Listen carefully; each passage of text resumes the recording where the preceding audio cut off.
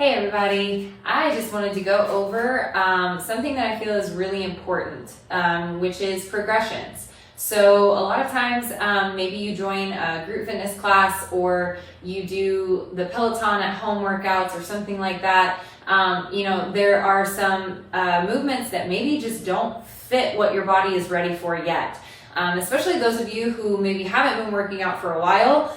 You have a history of working out, you think that you can do these things, but your body's really not ready for them yet. And so I want to go over one of the popular movements in CrossFit and other strength training styles of group fitness or even in personal training, and it's the hang clean. So I'm going to show you guys using a PVC pipe first because I'm a firm believer that our bodies need to understand what it needs to do before we put any tension under it. So having slow movement, going through very slow progression so that our muscles know how to fire in that particular order, activating the right muscles all the way through, very important before we just start loading up a barbell. So progression to a hang clean, it actually starts with a shrug. And a shrug is a very small, what you may think a very insignificant movement, but it makes a huge difference in your ability to go heavier on those high pulls or heavier on those hang cleans. So a shrug is just, how's your day? I don't know.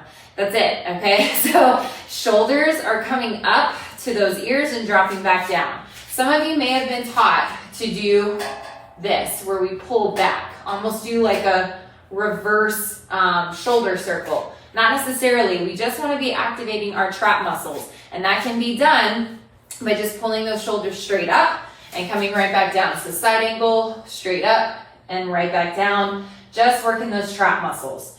Then from here, and you're noticing that my thumbs are on the outside, there's a reason for that. I'm not doing anything with the bar, so might as well keep those thumbs on the outside so I have a better grip. Then from a shrug, we take it into a high pull. And a high pull is keeping those shoulders back, driving those elbows up, and then the bar stops before it exceeds the heights of the shoulders. So this takes a lot of mobility. This takes a lot of mobility in the back. It takes a lot of mobility in the wrists. And so if you notice that your shoulders and your elbows are not able to come up as high as mine, that just means we need to practice that mobility, that flexibility through those back muscles and through those lats just a little bit more.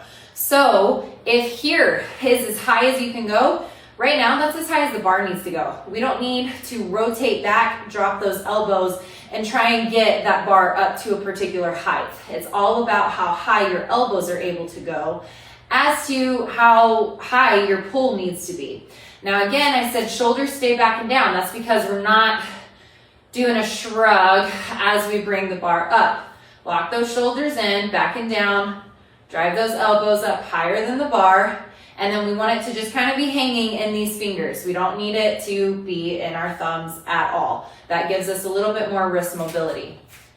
From there, then we can move into our hang clean because we have the starting movements of the hang clean down. We have our traps activated, we have our scaps and our lats activated as well as our traps still, and then we're going to go into our hang clean, which is starting from a dip. This is a powerful move, and therefore your hips start the motion with a dip. I didn't say squat, dip, okay? So we dip, go up to our toes for that high pull, and then we sit as we rotate those elbows out in front. Now, some of you guys might also say, Kelsey, my elbows can't go that high. I can't rest the bar.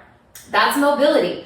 So if you are unable to do that, if you're unable to have the mobility, you don't need to be doing hang cleans. I don't care what your group fitness instructor says. You need to take it to a high pull. You need to work on the mobility for that before you go into a hang clean and hurt yourself. Hurt your wrists, hurt your back because you're leaning back trying to catch the bar rather than letting the mobility in your lats and in your shoulders do it. So again, dip, pull up to those toes, sit into that front squat position and relax that bar back down. So full movement, once we feel comfortable going into our barbell, Full motion, doesn't need to be slow.